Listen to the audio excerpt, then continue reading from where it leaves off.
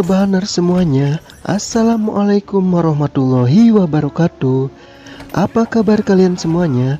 Gimana, dompet aman? Istri di rumah masih suka ngomel-ngomel? Syukurlah, berarti kalian lagi baik-baik saja. Melanjutkan film Ong Bak yang hingga mencapai 1 juta subscriber. Subscribe itu gratis loh bro.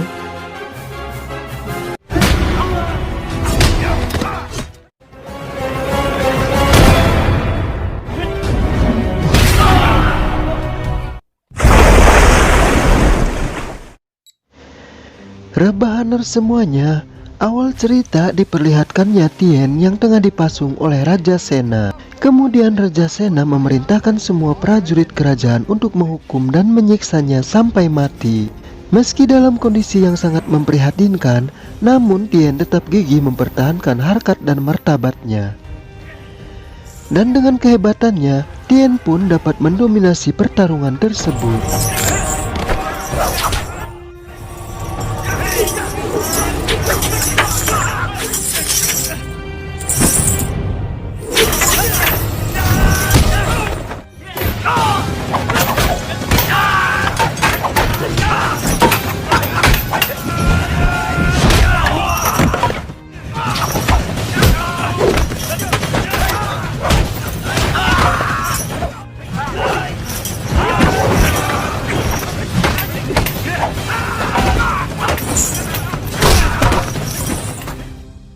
Namun karena prajurit kerajaan yang tiada habisnya, Tien dengan segenap kekuatannya harus tumbang dengan tubuh yang penuh luka.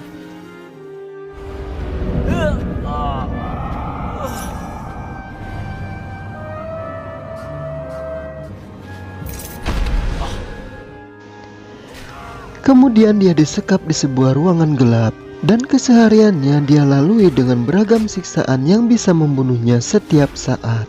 Kita berpindah kepada seorang biksu yang telah merawat Tien sewaktu kecil, yang ternyata dia sedang beradu ilmu dengan seorang dukun yang mengalahkan dan membawa gajah Tien di episode sebelumnya. Dan dengan kekuatan spiritualnya yang tinggi, dia dapat mengalahkan setan belek yang telah dikirim dukun tersebut. Di sisi lain, Raja Sena sudah mulai merasakan karma dengan apa yang dulu telah dia perbuat. Dan ternyata demi mendapatkan tahta kerajaan, dia tega meracuni ayahnya sendiri. Mengetahui hal itu, ayahnya mengutuk Raja Sena supaya dia menderita sampai akhir hayatnya.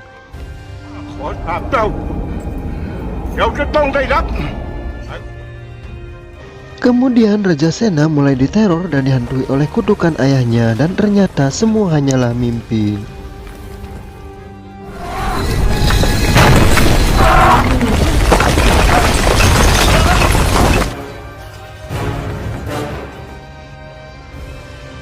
Lalu samar-samar di luar terdengar ratusan orang yang sedang beradu pedang, yang ternyata itu adalah prajurit kerajaan yang sedang bertarung dengan komplotan perampok dari Bukit Sayap Garuda. Kedatangan mereka tidak lain untuk menyelamatkan pemimpin mereka, yaitu Tien. Tetapi mereka malah dibantai habis oleh dukun kerajaan yang sakti mandraguna itu. Dan setelah pertarungan yang cukup sengit selesai, Raja Sena pun keluar, dan betapa terkejutnya Raja Sena ketika melihat sang dukun yang telah membantai habis komplotan dari Tien.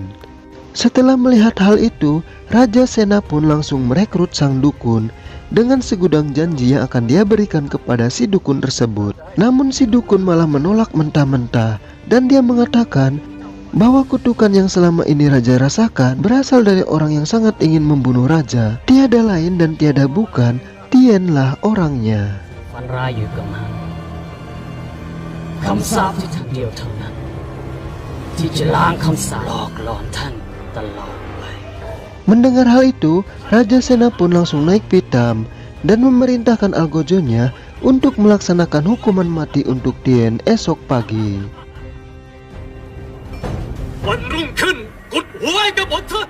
Keesokan paginya, pelaksanaan hukuman mati pun tiba. Ketika instruksi dari Raja sudah dikumandangkan, Algojo pun langsung mengayunkan pedangnya ke leher Tien.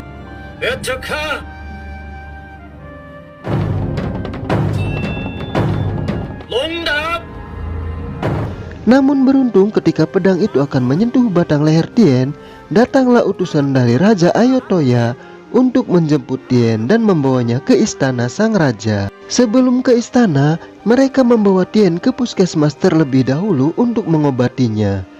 Di puskesmas itu, ternyata ada kekasih masa kecil Tien yang bernama Pim, yang sekarang sudah tumbuh menjadi perawan yang sangat cantik jelita dan juga masih berwarna pink. Apanya yang berwarna pink? Ngeres mulu. Belum juga Tien diobati, tiba-tiba orang-orang suruhan Raja Sena berdatangan dan membantai semua orang-orang kerajaan Ayodhya yang mengawal pembawaan Tien.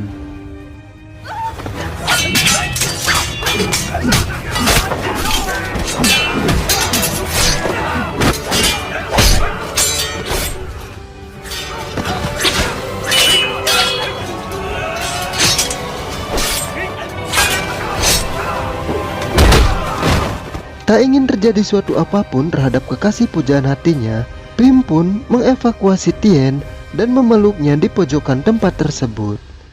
Kemudian biksu dan masyarakat di sana melakukan sebuah ritual khusus yang ditujukan untuk kesembuhan Tien.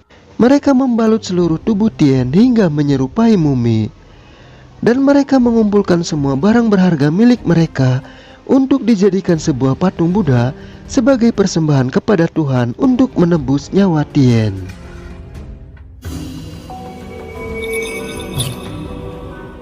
Pim yang sangat menyayangi Tien mulai menari di tempat ritual sebagai bentuk persembahannya agar Tien dapat segera sembuh. Dengan gigih dia selalu menari meski sudah mencapai batas kemampuannya.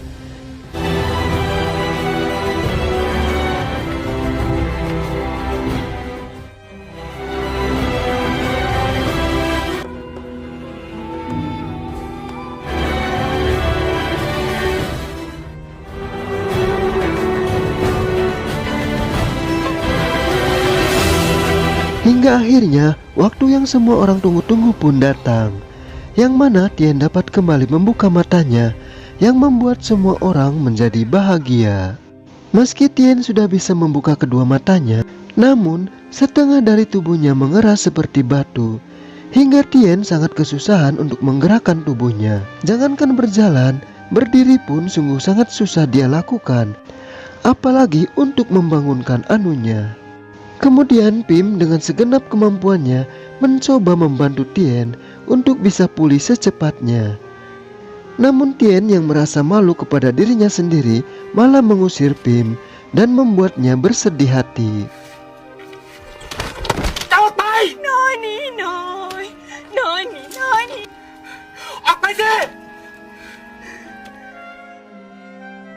Hingga malam menjelang fajar pun tiba. Tien sudah berada di atas tebing untuk menuju langkah terakhirnya untuk menuju kematian yang sangat menyakitkan. Untungnya sebelum Tien melakukan keputusan yang sangat gegabah itu, Tien didatangi orang gila yang bijaksana dan seorang biksu yang tiada henti-hentinya menyelamatkan hidup Tien. Dan berkat mereka, Tien bisa terus berada di dunia ini untuk membalaskan kematian ayahnya yang dibunuh oleh anak-anak Raja Sena. Semenjak itu, dia mulai mengingat masa lalunya ketika hidup di Sanggartari yang ternyata ia dikirim ke Sanggartari bukan tanpa alasan. Yang ternyata di sanalah dia diajarkan tentang kehidupan dunia yang sesungguhnya. Kemudian Tien yang sudah kembali ke jati dirinya yang dulu, mulai melakukan yoga untuk mengembalikan struktur tulang dalam tubuhnya agar menjadi seperti sedia kala. Karena pada waktu itu belum ada tukang urut seperti Maerot yang ahli menyembuhkan berbagai macam tulang serta bisa membesarkan Anu, membuat Tien harus berjuang sendiri dalam proses penyembuhan dirinya. Dan setelah perjuangan yang sangat panjang, akhirnya Tien berhasil menguasai kembali tubuhnya. Setelah itu dia mulai menari kembali dan kali ini ditemani sang pujaan hatinya yang sangat menyayanginya itu.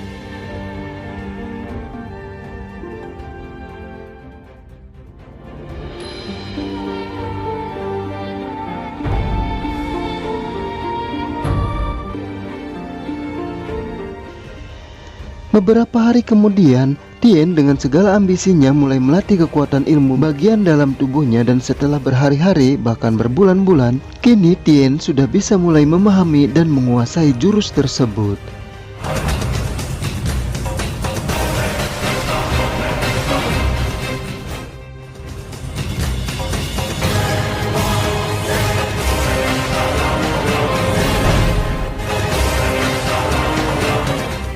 Di sisi lain, Raja Sena yang mulai jengkel dengan mimpi buruknya memutuskan untuk membunuh sang dukun kerajaan.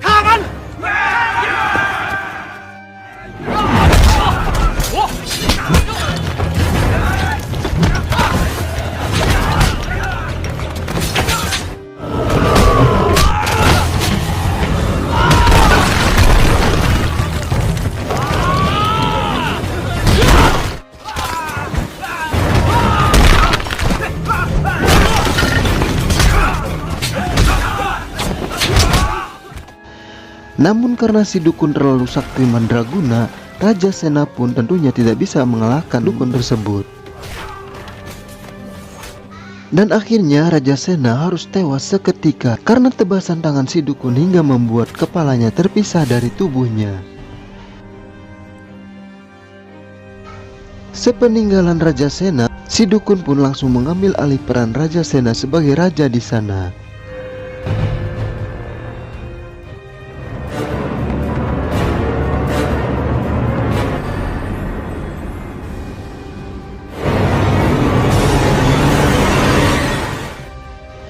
Sementara itu, Tien yang sedang fokus dengan ilmu jiwanya terus melatih tubuhnya, sehingga di suatu hari dia dikagetkan dengan kedatangan puluhan prajurit kerajaan yang siap membunuhnya.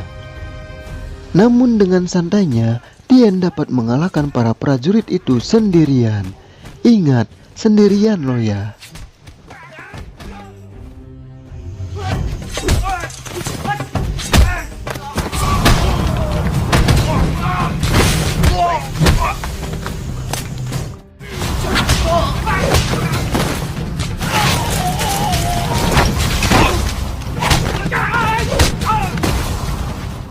Dan betapa terkejutnya Tien melihat kampung yang ditinggalinya telah diluluhlantahkan oleh para pasukan kerajaan. Dan hanya kesunyian yang dia dapatkan di sana, ternyata sebagian penduduk di kampung itu telah mati. Masih dalam masa berkabung, dia makin dibuat jengkel ketika beberapa prajurit yang tersisa datang menyerangnya. Untungnya dengan bantuan jurus kabut tebal ninjutsu, membuat prajurit yang menyerangnya dibuat lemah dan tak berdaya.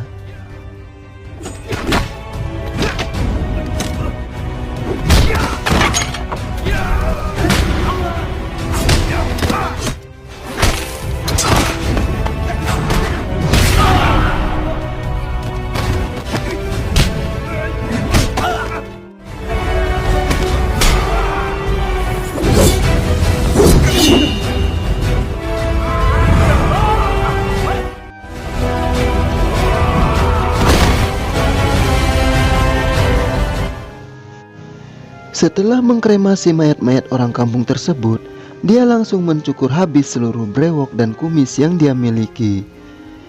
Dan dia memutuskan untuk pergi menemui sang Raja Jolim itu dan menghentikan kejahatannya. Di sisi lain, penduduk desa yang tidak dibunuh ternyata dijadikan budak oleh sang raja. Begitupun Pim yang sudah dijadikan budak dan dipaksa untuk kerja rodi di sana.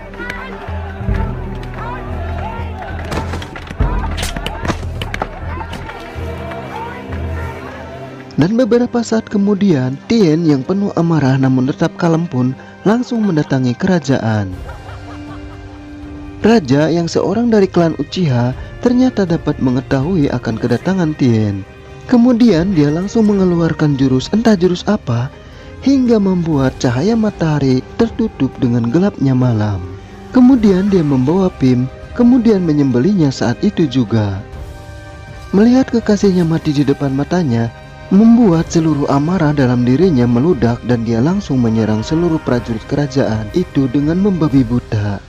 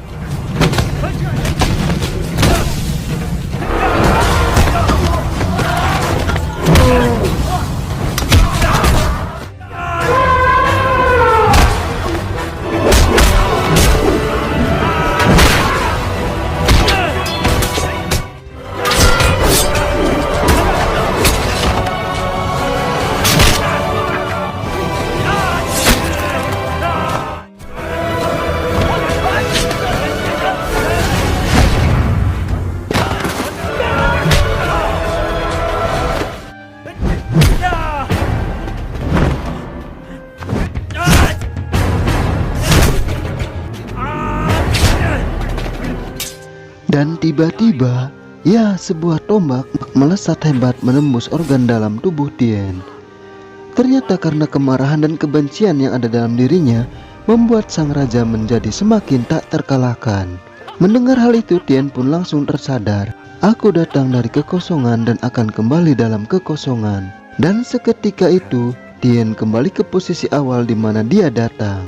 Di sini ada suatu hal yang menarik antara Tien yang dapat mengembalikan waktu sesuai yang dia inginkan, atau Tien dapat memprediksi sesuatu yang akan terjadi di masa depan. Entahlah, hanya mbak-mbak Indomaret yang tahu. Lanjut. Sekarang Tien merasa lebih tenang dari sebelumnya. Lalu tiba-tiba sebuah petir menyambar dari langit, menghantam sang raja hingga terpental jauh dari singgasananya. Langit yang tadinya gelap mendapatkan sinarnya kembali. Ketika matahari terbebas dari sesuatu yang jahat yang menutupinya, seketika itu juga kekuatan jahat yang ada dalam diri sang raja pun mulai menghilang. Kemudian Tien dengan tenang Baiwan menghadapi sang raja.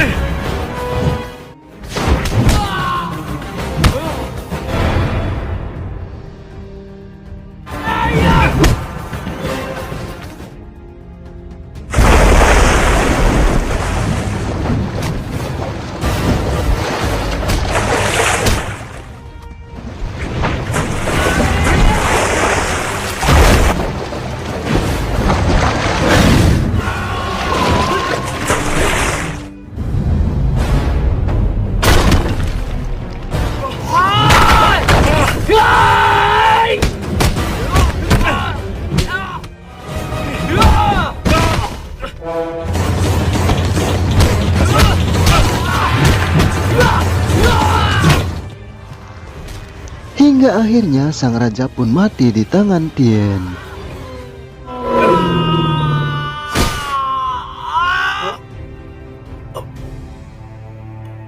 Kematian sang raja pun membuat rezim jahat itu berakhir dan kehidupan masyarakat kembali normal dengan harga sandang dan pangan yang